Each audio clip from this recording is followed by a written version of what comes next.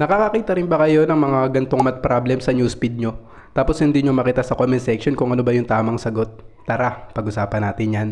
So kapag nakakakita tayo ng mga gantong problem, meron tayong tinatawag na PEMDAS rule.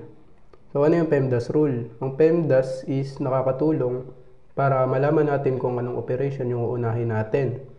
So P is for parenthesis, E ang ibig sabihin yan exponents, M is multiplication, D is division, A is addition, and S for subtraction.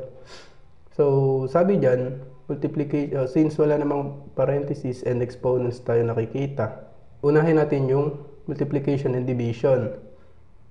So, but the rule is, kung ano yung una sa kaliwa, ayun yung uunahin natin. Kagaya dito, division yung nauna sa kaliwa, and sunod yung multiplication. So, yung division unahin natin. So, 15 divided by 5 is 3. Ngayon, baba muna natin para mas malinaw.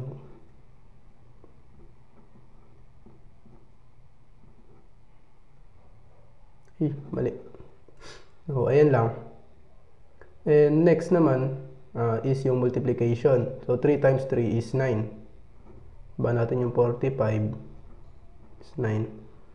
So, 45 minus 9 is 36. And that is the answer.